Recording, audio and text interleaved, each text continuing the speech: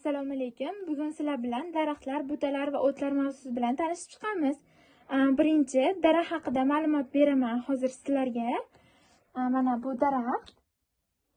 Daraxtlar yo'g'on tanaga ega o'simlik hisoblanadi. Mana tanasi po'stlov bilan qoplangan. Tanadan yo'g'on shoxchalar chiqqan. Endi ulardan nisbatan ingichkaroq bo'lgan shoxlar chiqqan va u shoxchalar barglar bilan qoplangan. Bahorda hammamizga ma'lum daraxtlar gullaydi. Keyin o'sha gullardan mevalar hosil bo'ladi. Buni bilsalaring kerak. Endi bu mevalarning ichida, masalan, olmani oladigan bo'lsak, shunday ikkiga bo'lib yorib ko'rsalaring, kichkina urug'chalari bo'ladi. O'sha bu daraxtlarda kelajak avlodi, ya'ni pushti urug'lari joylashgan bo'ladi unda. Hozir bundan qarasak, mana bu barg. Bargida mana shoxchalar shu barglar bilan qoplangan. Bu tanasi, bu ildizlari hisoblanadi. Shox bilan barglar umumiy shox shabbalar deb ataladi. Endi daraxtlarning dunyosi juda xilma-xil bo'lib, ularning barglari, gullari, urug'lari bir-biridan umuman farq qiladi. Masalan, oladigan bo'lsak, shaftol bilan olmani oladigan bo'lsak yoki gilosni oladigan bo'lsak, gilos oq gullaydi, guli shaftolini guli pushti bo'ladi. Endi daraxtlarning bargi ham tuzilishiga qarab, oddiy bargli va igna bargli turlarga bo'linadi. Xo'p, keyin daraxtlarda eng kattasi va eng kichigi ma'lum. Daraxtlarning eng past daraxti bo'yi 20 santimetrga yetadi. Eng balandini bo'yi esa 120 metrgacha yetib borgan. Kichkinasi 20 santimetr bo'lsa, o'sha chizg'ich olganlaringda mana 30 santimetrlik kichkina lineyka bo'lsa, o'shani 10 santimetr ayirganlaringda 20 santimetr bo'ladi. O'sha eng kichkina daraxt razmeri bo'lsa, endi eng kattasiniki 120 metrga. Qanday tushuntirsam bo'ladi? Masalan, shunchalik stoldan 115 ta 120 ta keladi degani daraxtning bo'yi. Endi eng baland daraxt sekoya daraxt hisoblanadi. Mana o'sha daraxtning rasmi. Mana bu Kaliforniyada, keyin Sankt-Peterburg shunaqa davlatlarda joylashgan. Hozirda o'sha daraxtning eng balandini bo'yi 115,5 metrga yetgan deb olishadi. Endi eng past daraxtning bo'yi bo'lsa 20 santimetr deb o'tdik. U daraxt tog'li, toshli joylarda og'ir sharoitlarda o'suvchi ajoyib velvichiya hisoblanadi. Mana o'sha velvichiyani rasmi. Ko'rdinglarmi? Bularda o'sha ko'rinishidan daraxtga o'xshamaydi, lekin yerdan ozgina balandlikda ko'tarilgan bu barglari bunaqa yonmachasiga o'sadi. Buni bargi bu tarafdan o'sgani sari buni uchi qurib ketadi. Hali gullarimiz ham barglari sarg'ayib qurib ketadi-yu, buni ham bargi shunday o'sgani sari bag'idan o'saveradi, u tarafidan qurib ketaveradi. Endi keyingi tushunchamiz butalar hisoblanadi. Mana butaga misol qilib buni oldik. Butalar ildizdan daraxtga qaraganda umuman farq qiladi, o'xshab ketadi. Ildizdan bir nechta ingichka tanachalar chiqqan bo'ladi. Tanalarning tepa qismi bo'lsa barglar bilan qoplangan. Mana misol qilib tushuntiradigan bo'lsa, endi bundan tashqari hammaning uyida, ba'zi endi ko'pchilik uyida anor bo'lishi mumkin. O'sha ham buta hisoblanadi. Ularning bo'yi daraxtlarnikidan kichkinaroq, bilasizlar, shunday solishtirsalarni kichkinaroq bo'ladi. Butalar daraxtlarga qaraganda oddiyroq va sovuqqa chidamli bo'lib, daraxtlarga qaraganda ertaroq meva beradi. Lekin daraxtlarga qaraganda kamroq yashaydi.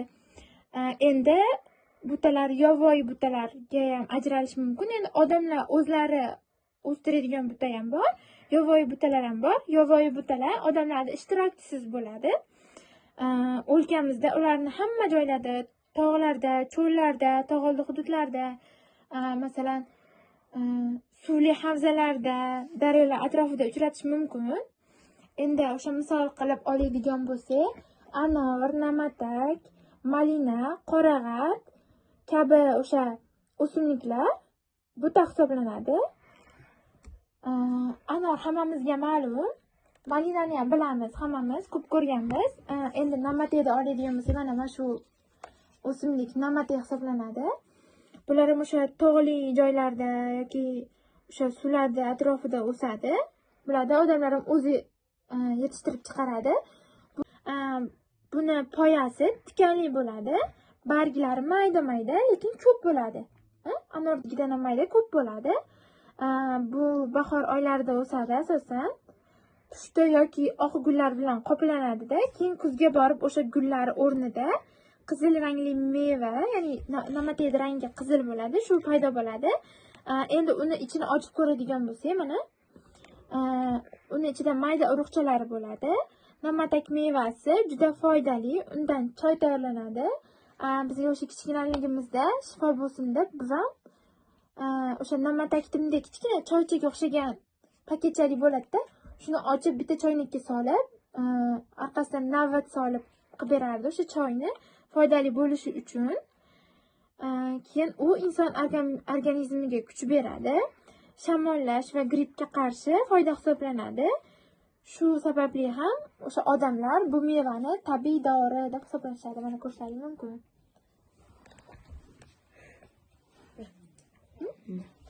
Hop, endi keyingi mevamizni misol qilib keltiradigan bo'lsak, qorag'at hisoblanadi. Bu o'simlik ham past bo'yli buta o'simligi bo'lib, yoz oylarida mayda qora, ba'zan qizil yoki oq ranglarda shirin nordon mevalarni beradi. Barglari yirik, hidi yoqimli bo'ladi. Mana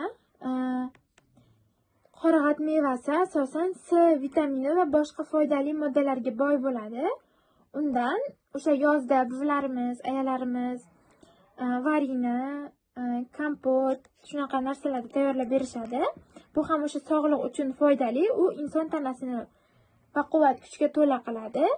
Ko'zni va yurakni sog'lom saqlaydi.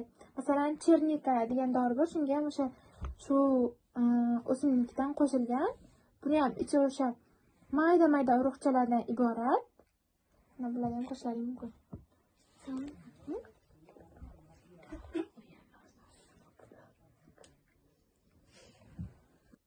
Ustoz, mana ham shundan varina qildim.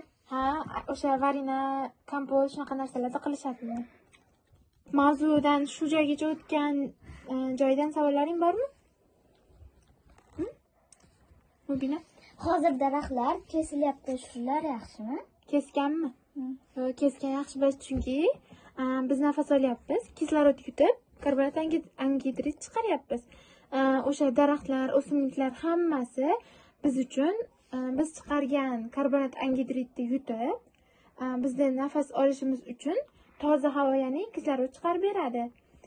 Agar daraxtlar kesilib ketilaversa, kesib tashlaversa, o'sha kislorod ishlab chiqarish kamayadi va o'sha biz toza havoda nafas ololmay qolamiz. Yana bormi savollaring? Yo'q bo'lsa, endi meni sizlarga savollarim bor. Biz yashab turgan hududda, ya'ni Vodiy qishlog'imizda qanaqa daraxtlar o'sadi? Ularda qanaqa foydalari bor? Aytchi. Haligi shotdol daraxti. Unda shotdol daraxti bizga meva beradi. Undan oyimiz bizga kompot, varina shundaqalar qilib beradi. Yanachi. Olma daraxtidan har xil vareniya, kompot va shunga o'xshash murabbolar tayyorlaymiz. Ular lekin juda ham mazali ketadi. Yana qo'shimchasiga o'sha piroglar ham qilish mumkin. Olmani Mubina aytdi. Gilos. Gilosni yaxshi ko'rasan? Yoqadimi? Endi mavzuyimizning keyingi qismi o'tlar hisoblanadi. Diqqat bilan eshitinglar. Hozir o'tlar haqida ma'lumot beraman. Sizlar bilmagan ko'p narsa bor bu o'tlar mavzusida. Xo'p, o'tlar yashil poya va barglardan iborat o'simliklar hisoblanadi. Mana poyasi bu, barglari bu. Mana yashil poya va barglardan iborat. Bu o'tlar daraxtlar butalarga nisbatan ancha kam vaqt yashaydi. Moychechak, xrizantema, qovoq, loviya kabi o'simliklar o'sha bitta mavsumda o'zida tug'iladi, ya'ni o'sadi va o'sha mavsumda o'zida nobud bo'ladi. Masalan, bahorda o'sadigan bo'lsa, bahorda oxirgi kelib nobud bo'ladi deganida bu. Endi moychechakni bilamiz. Xrizantema shu gulga o'xshab ketadi. Ko'pchilikda uyda bo'lishi mumkin. Keyingisi qovoqloviya ham o'tga kiradi. Ular 1 yillik o'simlik hisoblanadi. Hozirgi aytib o'tganlarim. Ayrim o'tlar bo'lsa 2 yil yashaydi. Ya'ni qanday bo'ladi? Birinchi yili ildiz, poya, barg chiqaradi. Mana ildiz, poya, barg chiqaradi. Ikkinchi yili gullab, shu gulidan meva hosil bo'ladi. Bularga misol qilib karam, sholg'om kabi o'simliklarni keltirish mumkin. Bu o'simliklar 2 yil hisoblanadi. Karam ham o'tga kiradimi? Ha, karam ham o't 2 yillik o't hisoblanadi. Bu karam. Mana karamimizni aytadigan bo'lsam, mana shu rasmda berilgan. Yaxshilab qaraymiz. Mana bu o'sha ekilgan, urug' sepilgandan keyingi hosil bo'lgani, bu undan sal kattaroq bo'lgani, mana ekilganidan keyin o'sha tashqi ko'rinishi qanaqa bo'lishi berilgan. Mana bularning hammasi birinchi yiliga kiradi. Ko'pchilik karamni o't hisoblamaydi, ham o'sha bilganlar ham 1 yillik deb o'ylaydi. Keyin mana birinchi yilda shunaqa hosil bo'lsa, ya'ni ildiz, poya, barg chiqarsa, ikkinchi yili gullaydi. Mana bu tepasida o'sha gullagani bor. Shu gulidan vaqt o'tgandan keyin qora urug'lar chiqaradi. Shu urug'da yana yerga ekadigan bo'lsa, yana shunaqa davom etib ketaveradi. Ya'ni karam ham 2 yil o'sadi. Endi aloy ko'pchilik gul deb biladi uni ham. U ham o't hisoblanadi, lekin u ko'p yillik o'tlar sarasiga kiradi. Endi yana bitta qiziqarli ma'lumot.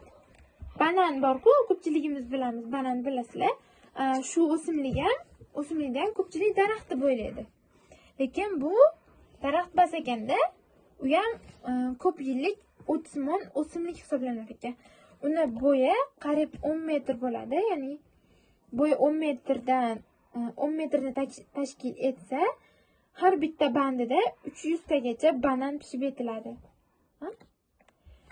Bugungi mavzuyimiz shudan iborat edi. Tushunchalarimiz, mavzuyimiz tamom.